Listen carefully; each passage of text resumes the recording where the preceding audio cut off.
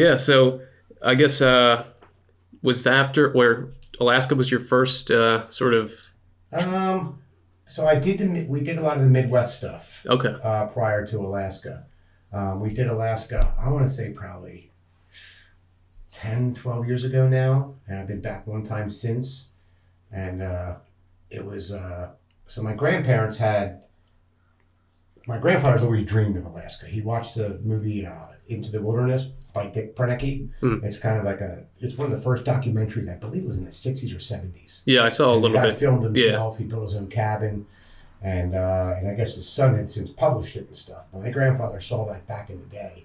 And that just, he was just driven to get to Alaska. So he would drive his little Volkswagen truck to Alaska over the summers and just live out of the back of his truck and just go up there and just disappear for a month at a time. Yeah. And then my grandmother would fly into Anchorage and he'd come drive in and pick her up and he'd drive around for 2 more weeks and then he'd drop her back off at the airport and he'd spend maybe another week or so out there and then he'd drive back. And I think he did that about 6 or 7 times. Yeah, wow. So I think that's where I genetically get that passion to be outside and, right. to not need a set game plan, just to go, just go. And you can have all the plans in the world and things are going to change. Yeah. You're going to get detoured no matter what. That's how you handle the detours. It makes it, makes or breaks the trip. Yeah, absolutely. So they got obsessed with Alaska. My grandmother was kind of on board with it. And then when he officially retired, they moved up there. They spent 1 year or a year and a half or something like that in Prince Edward Island first, running an Airbnb. That's a different story. I've been up there too. But so they were always helping out a pretty wealthy gentleman from the Quakertown area and building a few camps for him. And the guy basically took advantage of my grandparents' kindness, but they were having fun doing it. And it worked out for us because me and myself, my buddy Pat, and his younger brother Keith had basically free access to a lodge and a bunch of individual cabins. So we kind of planned a trip to go up there, and then another good friend of mine and his now wife got wind of it, which are all good friends. So they came up for, we were there about 2 weeks, I think it was, and they were there for the full time also. So there was 5 of us who kind of all went up there, and it's just a big, humbling state, man. It is.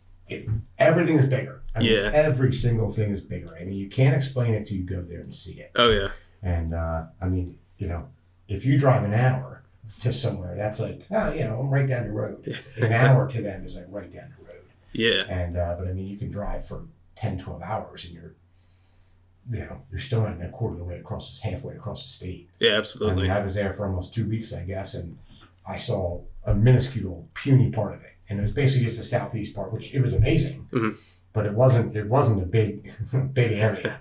And we basically got there, and we got to that little camp my grandparents had set up, and it was early June, and so it was like the peak of the equinox, I guess, the summer equinox. Yeah. Equinox, I don't know what it is, and it was almost light for 24 hours a day. Oh yeah, wow. It was pretty interesting. Yeah. It's like, and we were awake. We got there and we were all fired up and we went fishing right away and we started getting into fish. We fired up a smoker day one, we put some trout on it, and then we got into some salmon. We were awake for like 48 hours straight, if not even a little more. Oh, wow. Because we were just all excited. In the daylight, you just didn't get tired. And then we crashed. Yeah. And then we all just spread out. We all just crashed for like 10 or 12 hours. I think we almost repeated that same schedule for a couple of days till we kind of leveled out and we're just exhausted. Yeah, that's really. It was amazing, man. And just to have that. We didn't catch Northern Lights, obviously, but that's one thing I want to see up there. Oh yeah, absolutely. But the summertime, it's crazy. You can read a newspaper basically 24 hours a day outside.